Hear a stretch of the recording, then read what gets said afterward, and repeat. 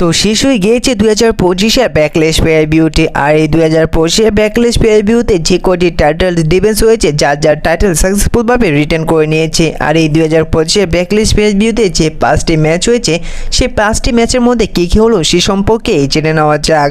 তো সর্বপ্রথম ম্যাচ দেখা গিয়েছে ইউএস টাইটেলের জন্য একটি ব্যাটল ফর এয়ার ম্যাচ। সেই ম্যাচটি দেখা গিয়েছে Alan Knight versus Damian Priest versus Drew McIntyre versus Jacob ফাটুর মধ্যে। তো ম্যাচটি শুরু হলে আমার মনে হয়েছিল যে এই ম্যাচটি কোনো ব্যাটল ফর এয়ার ম্যাচ না, এই ম্যাচটি হয়তো একটি ট্যাগ টিম ম্যাচ। তার কারণ হচ্ছে যে ম্যাচটি শুরু হলে দেখা যায় যে ড্রু ম্যাকইন্টায়ার এবং অ্যালেন নাইট তার একে অপরকে আক্রমণ করতে করতে রিংয়ের বাইরে চলে যায় এবং রিংয়ের মধ্যে জেকা ফাটু এবং অ্যালেন নাইট তার একে অপরকে ভয়ঙ্করভাবে আক্রমণ করতে থাকে। আর যেহেতু এটি একটি ব্যাটল ফর এয়ার ম্যাচ, এই ম্যাচটির মধ্যে অবশ্যই দেখা যাবে যে এই ম্যাচটির মধ্যে একসময় এক এক করে একজন করে কন্ট্রোলার নিতে। তো তেমনটাই দেখা গিয়েছে এই ম্যাচটির এক পর্যায়ে গিয়ে দেখা গিয়েছে যে কখনো এই ম্যাচটি কন্ট্রোলার নিচ্ছে ড্রু ম্যাকইন্টায়ার, কখনো কন্ট্রোলার নিচ্ছে অ্যালেন নাইট, কখনো কন্ট্রোলার নিচ্ছে ডেমন প্রিন্স, এমনকি কখনো কন্ট্রোলার নিচ্ছে জেকা ফাটু। এমনকি এমন সময় এও দেখা গিয়েছিল যে জেকা ফাটু তিনি একে সবাইকে ডিস্ট্রয় করে দেয় অ্যালেন নাইটকে এমনকি ডেমন প্রিন্সকে। পরবর্তীতে রিংয়ের মধ্যে ফেস টু ফেস হন জেকা ফাটু এবং ড্রু ম্যাকইন্টায়ারের মধ্যে ভয়ঙ্কর আক্রমণ দেখা গেল। সে জায়গায় জেকা ফাটু তিনি ডিস্ট্রয় করে দেয় ড্রু ম্যাকইন্টায়ারকে। তো পরবর্তীতে দেখা যায় যে এক পর্যায়ে ডেমন প্রিন্স তিনি আক্রমণ করে ড্রু ম্যাকইন্টায়ারকে, আর অপরদিকে ডেমন প্রিন্সকে আক্রমণ করে জেকা ফাটুকে এবং জেকা ফাটুকে একটি অ্যালেন নাইট তার ফিনিশার দিয়ে দেয়। ঠিক সেই সময় ড্রু ম্যাকইন্টায়ার তিনি পিছন থেকে এসে তার ভয়ঙ্কর ক্লেমর কিক দিয়ে দেয় অ্যালেন নাইটকে। এবং সেই সময় যখন ড্রু ম্যাকইন্টায়ার তিনি অ্যালেন নাইটকে পিন করতে যাবে আর অপরদিকে যখন রেফারি সে পিন যখন কাউন্ট ডাউন করতে যাবে, ঠিক সেই সময় ডেমন প্রিন্স এসে রেফারিকে কাউন্ট ডাউন করতে দেয় না, তিনি রেফারিকে টান দিয়ে রিংয়ের বাইরে নিয়ে যায়, যেটা দেখে ড্রু ম্যাকইন্টায়ার অনেকটা রেগে যায়। তারপর ড্রু ম্যাকইন্টায়ার এবং ডেমন প্রিন্সের মধ্যে ভয়ঙ্কর আক্রমণ দেখা যায়। এরা একে অপরকে আক্রমণ করতে করতে দর্শকের মধ্যে দিয়ে চলে যায় এবং দেখা যায় যে তার একটি প্রোডাকশনের উপরে চলে যায় এবং সে জায়গায় ড্রু ম্যাকইন্টায়ার তিনি ডেমন প্রিন্সকে আক্রমণ করার চেষ্টা করলো, কিন্তু উল্টো সেটাকে কাউন্ট ডাউন করে ডেমন প্রিন্স তিনি একটি ভয়ঙ্কর চোস্ল্যাম দিয়ে দেয় ড্রু ম্যাকইন্টায়ারকে। এবং সে জায়গায় বলা যায় যে দুজনে ইনজুরির শিকার হয়েছেন এবং সে জায়গায় সমস্ত সিকিউরিটি গার্ডরা এসে তাদের নিয়ে যায় এবং বলা যায় যে তারা সেই আক্রমণের কারণে সেই ম্যাচটির দিকে দুজনে ম্যাচটির বাইরে চলে যায়। দেখা যায় যে সেই ম্যাচটির মধ্যে এক পর্যায়ে অ্যালেন নাইট কন্ট্রোলে নিতে অ্যালেন নাইট তিনি একেবারে ডিস্ট্রয় করে রাখে জেকা ফাটুকে, এবং যখন জেকা ফাটুকে অ্যালন স্ট্রিমে রেখে একটি এলবো দিতে যাবে, ঠিক সেই সময় সোলোসুকা এসে বাঁচিয়ে দেয় জেকা ফাটুকে। ঠিক সেই সময় দেখা যায় যে অ্যালেন নাইটকে দর্শকের মধ্যে দিয়ে কোনো একজন আক্রমণ করে, তো সেটি আর কেউ নয়, সেটি হচ্ছে তাদের ব্লাড লাইনের মেম্বার জেক কফ। তিনি যে ডাব্লিউডাব্লিউইতে আসতে চলেছেন এবং ব্লাড লাইনের সাথে যুক্ত হতে চলেছেন, এই বিষয়টা কিন্তু আপনাদের আরও আগে একটি ভিডিওতে জানিয়ে দিয়েছিলাম। তো জেক কফ এসে তিনি অ্যালেন নাইটকে ভয়ঙ্করভাবে আক্রমণ করে বলা যায় যে অ্যালেন নাইটকে একবার ডিস্ট্রয় করে দেয়। চিঠি বলা যায় যে অ্যালেন নাইটকে এই আক্রমণ করতে দেখে জেকা ফাটু তিনি মোটেও খুশি নয়। তারপর দেখা যায় যে জেক কফকে দেখা যায় ভয়ঙ্কর আক্রমণ করে অ্যালেন নাইটকে রিংয়ে পাঠিয়ে নিতে।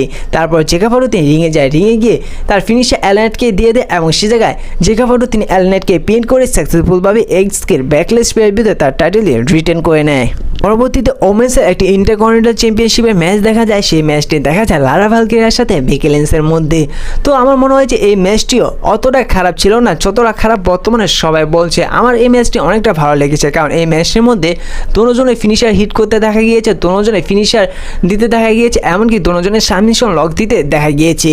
তো ম্যাচটির মধ্যে ভয়ঙ্কর আক্রমণ দেখা গিয়েছে দুজনের পক্ষ থেকে। তো ম্যাচটি এক পর্যায়ে গিয়ে লারা ভালকিরিয়া তিনি রোল আপের মাধ্যমে বেকি লিঞ্চকে হারিয়ে দেয়, যেটা বেকি লিঞ্চ দেখে অনেকটা শক হয়ে যায়। কিন্তু এই জায়গায় ডাব্লিউডাব্লিউই বলা যায় যে আমাদের সমস্ত দর্শকদেরও শক করে দিয়েছে। তার কারণ হচ্ছে যে এই ম্যাচটির মধ্যে অনেকটি সম্ভাবনা ছিল যে বেকি লিঞ্চ তিনি হারিয়ে দেবে লারা ভালকিরিয়াকে এবং তিনি নিউ ইন্টারকন্টিনেন্টাল চ্যাম্পিয়ন হবে, কিন্তু উল্টোটা হয় যে সে জায়গায় দেখা যায় যে লারা ভালকিরিয়া তিনি হারিয়ে দেয় বেকি লিঞ্চকে এবং সাকসেসফুলভাবে তার টাইটেল রিটেন করে নেয়। তো ম্যাচটি জিতে যাওয়ার পর দেখা যায় যে বেকি লিঞ্চ তিনি তার ভয়ঙ্কর আক্রমণ চালায় লারা ভালকিরিয়ার উপর এবং তার সেই ভয়ঙ্কর সাবমিশন লক দিয়ে দেয় লারা ভালকিরিয়াকে এবং সমস্ত সিকিউরিটি গার্ডরা এসে লারা ভালকিরিয়াকে সেভ করে এবং বেকি লিঞ্চকে থামে। বলা যায় যে এই ব্যাকলেশ পেয়ার-ভিউতে আবার লারা ভালকিরিয়াকে ডিস্ট্রয় করে দিল বেকি লিঞ্চ।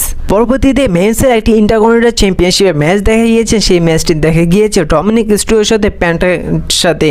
তো আমার মনে হয় যে এই প্যান্টা এবং ডমিনিক মিস্টেরিও যে ম্যাচটি অনুষ্ঠিত করেছে এই ম্যাচটি মানি নেটওয়ার্কের লেভেলে ছিল, এমনকি এবার মানি নেটওয়ার্কে স্যাটলেস এবং জেউস যে ম্যাচটি অনুষ্ঠিত করেছিল সেই ম্যাচটি সে জায়গায় অনুষ্ঠিত না করে এবার ব্যাকলেশ পেয়ার-ভিউতে এই ম্যাচটি অনুষ্ঠিত হতো। আর এই ম্যাচটি ব্যাকলেস পেভিউতে অনুষ্ঠিত না করে সে মানি নাইট র অনুষ্ঠিত করলে ভালো হতো। তো ম্যাচটির মধ্যে দুজনের পারফরমেন্স খারাপ ছিল তা বলবো না, দুজনের পারফরমেন্স ভালোই ছিল, কারণ বলা যায় যে দুজনের লুচার ফ্যামিলির ডমিনিক স্টুডিও মাস্ক পরে না রেসেল করলো, যেহেতু তার বাবা লুচার ফ্যামিলির একজন, বলা যায় ডমিনিক স্টুডিও তিনি লুচার ফ্যামিলির একজনের সদস্য। তো দুজনের পারফরমেন্স ভালোই ছিল, দুজনে ভয়ঙ্কর আক্রমণ করেছিল, এমনকি যেহেতু ডমিনিক স্টুডিও তিনি বর্তমানে জাজমিনের টিমের সাথে রয়েছেন, যার কারণে অবশ্যই এই ম্যাচটির মধ্যে জাজমিনের মেম্বারগুলো ডমিনিক স্টুডিওকে হেল্প করবে। তো তেমনটাই দেখা গিয়েছে, জাজমিনের মেম্বারগুলো এসে ডমিনিক স্টুডিওকে হেল্প করছে। তো এক পর্যায়ে গিয়ে দেখা যায় যে যখন জাজমিনের মেম্বারগুলো ইন্টারফিয়ার করতে থাকে এবং সে জায়গায় রেফারি অনেকটা ডিস্ট্রাকশন হয়ে যায়, ঠিক সেই সময় দেখা যায় যে প্যান্টা যখন তিনি টপ রোপ থেকে ডমিনিক স্টুডিওকে আক্রমণ করবে বা তার ফিনিশার দিবে, সে সময় দেখা যায় যে আলগ্রান্দে আমেরিকানো এসে তার মাথায় একটি মেডেল পরে এসে তিনি একটি হেডবাট দিয়ে দেয় প্যান্টাকে, যার কারণে প্যান্টা তিনি টপ রোপ থেকে পড়ে যায়। সেটার সুযোগ নিয়ে ডমিনিক স্টুডিও তার টপ রোপ থেকে তার ফিনিশার হিট করে প্যান্টাকে এবং সে জায়গায় প্যান্টাকে পিন করে সাকসেসফুলভাবে তার ইন্টারকন্টিনেন্টাল চ্যাম্পিয়নশিপটা রিটার্ন করে নেয়। পরবর্তীতে ম্যাচ দেখা যায় গুন্থার এবং প্যাট ম্যাকেভির মধ্যে। তো বলা যায় যে পুরো ব্যাকলেস পেয়ার ভিউর জন্য শুধু দুইটা ম্যাচে এই ব্যাকলেস পেয়ার ভিউটাকে হাইপ করেছে। প্রথম ম্যাচ হচ্ছে এই গুন্থার এবং প্যাট ম্যাকেভির মধ্যে, আর অপরটি হচ্ছে র্যান্ডি অর্টন জনসনের ম্যাচটি। তো যেহেতু এই গুন্থার এবং প্যাট ম্যাকেভির ম্যাচটি ব্যাকলেস পেয়ার ভিউর জন্য হাইপ করেছে, যার কারণে বলা যায় যে ম্যাচটি এক হিসাবে প্যাট ম্যাকেভি তিনি কমিউনিটি টায়ার হয়ে তিনি যেভাবে ম্যাচটি পারফরমেন্স দিল ভালোই পারফরমেন্স দিয়েছে। তো ম্যাচটি শুরু হলে ম্যাচটির এক পর্যায়ে গিয়ে দেখা গিয়েছিল যে একের পর এক চোট স্ল্যাম দিয়েছিল প্যাট ম্যাকেভি তিনি গুন্থারকে, কিন্তু গুন্থারকে কিছুই করতে পারছিল না। এই ম্যাচটির মধ্যে গুন্থার তার সাবমিশন লক দিয়েছিল, কিন্তু সে জায়গায় প্যাট ম্যাকেভিকে সাহায্য করেছিল মাইকেল কল, কিন্তু সেই সাহায্যে তিনি কিছুই করতে পারেনি। তো সে জায়গায় মাইকেল কলও তিনি এক পর্যায়ে আক্রমণের শিকার হয়েছিল গুন্থারের কাছে। যাই হোক, এই ম্যাচটির এক পর্যায়ে গিয়ে দেখা গিয়েছিল যে গুন্থার তার সাবমিশন লকের মাধ্যমে প্যাট ম্যাকেভিকে হারিয়ে দেয়। পরবর্তীতে ব্যাকলেস পেয়ার ভিউর একেবারে মেইন ইভেন্টে দেখা গিয়েছে আনডিসপুটেড ইউনিভার্সাল চ্যাম্পিয়নশিপের ম্যাচ। সেই ম্যাচটি দেখা গিয়েছে জনসন এবং র্যান্ডি অর্টনের মধ্যে, আর এই ম্যাচটি নিয়ে সমস্ত দর্শকরা যতটা আশা করেছিল তার চেয়ে বেশি দেখা গিয়েছে এই ম্যাচটির মধ্যে। আর এই ম্যাচটির মধ্যে ওএমজি মোমেন্ট এতবার সৃষ্টি হয়েছে যা বলার মতো নেই। বলা যায় যে প্রতিটা মুহূর্তে মুহূর্তে ওএমজি মোমেন্টটি সৃষ্টি হয়েছে। ওএমজি মোমেন্টটি এমন কোনো দর্শক নেই যে এই ম্যাচটির মধ্যে অনেকবার সৃষ্টি না হয়েছে তাদের মনে।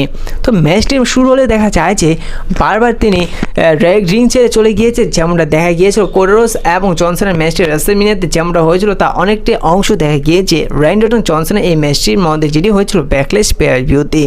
তো ম্যাচটির মধ্যে র্যান্ডি অর্টন তিনি জনসনাকে আক্রমণ করে, জনসন তিনি বারবার রিং ছেড়ে চলেছে, আবার রিংয়ের বাইরে র্যান্ডি অর্টনকে জনসনাকে আক্রমণ করতে হতে রিংয়ের মধ্যে নিয়ে আসেন। তো ম্যাচটি এক পর্যায়ে গিয়ে দেখা গিয়েছে যে জনসন তার ফিনিশার দিচ্ছিল, র্যান্ডি অর্টন তার ফিনিশার দিচ্ছে, কিন্তু কেউ কাউকে পিন করতে পারছিল না। এমনকি জনসন তার ফিনিশার যখন আরেকবার দিতে যাবে ঠিক সেই সময় তার ফিনিশারকে কাউন্ট ডাউন করে উল্টো র্যান্ডি অর্টন তার আরকিওতে পরিবর্তন করে দেয়, কিন্তু সে জায়গাও জনসনাকে কিছুই করতে পারেনি। র্যান্ডি অর্টন সে জায়গায় পিন করতেও সাকসেসফুল হয়নি। এক পর্যায়ে পরবর্তীতে দেখা যায় যে জনসন তার ফিনিশার দিয়ে দেয় র্যান্ডি অর্টনকে এবং সে জায়গায় র্যান্ডি অর্টনকেও পিন করতে পারেনি।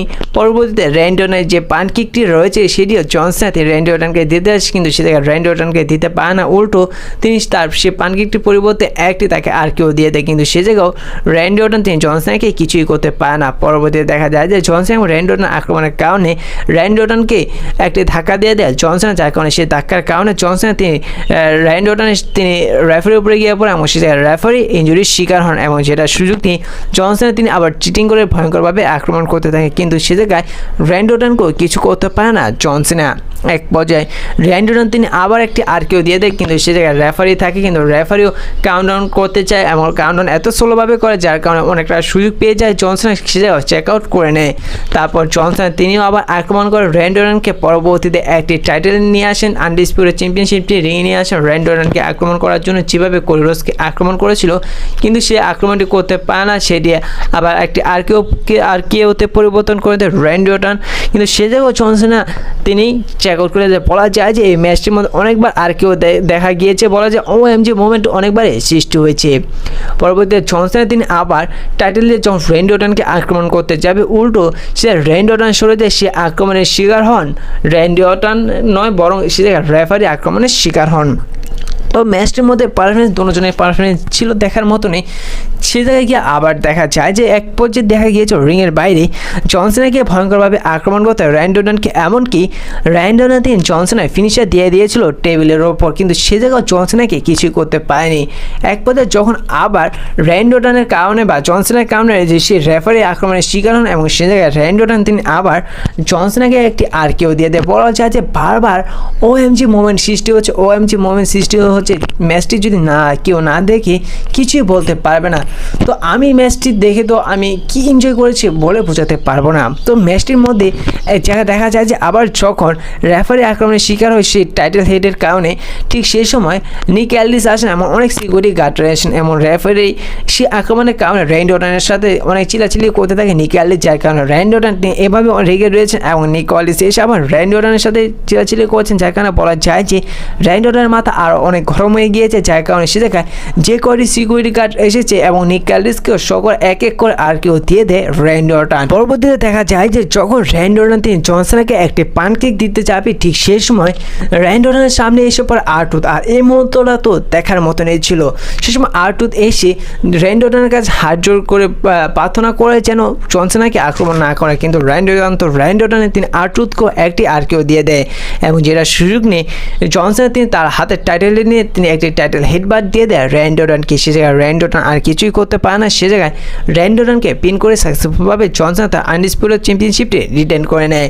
তো এই জায়গায় তো ব্যাকলেশ পেভিউটি শেষ হয়ে গেল। আরও একটি বড় ইন্টারেস্টিং মোমেন্ট দেখা যায়, সেটি হচ্ছে ব্যাকলেশ পেভিউ একটি কিক অফ শো হয়েছিল, সে জায়গায় জন সিনার ইন্টারভিউ নেওয়া হচ্ছিল। সে জায়গায় আর-ট্রুথ গিয়ে জন সিনার সাথে কথা বলে, আর-ট্রুথকে দেখে জন সিনা মনে হয় অনেকটা রেগে গিয়েছে। সে জায়গায় আর-ট্রুথকেও জন সিনা তার সেই ফিনিশারটি সে জায়গায় টেবিলের উপরে দিয়ে দেয় এবং আর-ট্রুথকে ডিস্ট্রয় করে দেয়। তো এই বিষয়টা আপনারা কনফার্ম ধরে নিতে পারেন যে এবার স্যাটারডে নাইট মেইন ইভেন্টে জন সিনা এবং আর-ট্রুথের মধ্যে একটি সিঙ্গেল ম্যাচ দেখতে পারবেন। তো আজকে এই ভিডিওটা এই পর্যন্তই ছিল। তো আপনাদের কেমন লাগলো অবশ্যই কমেন্ট করে জানিয়ে দিবেন।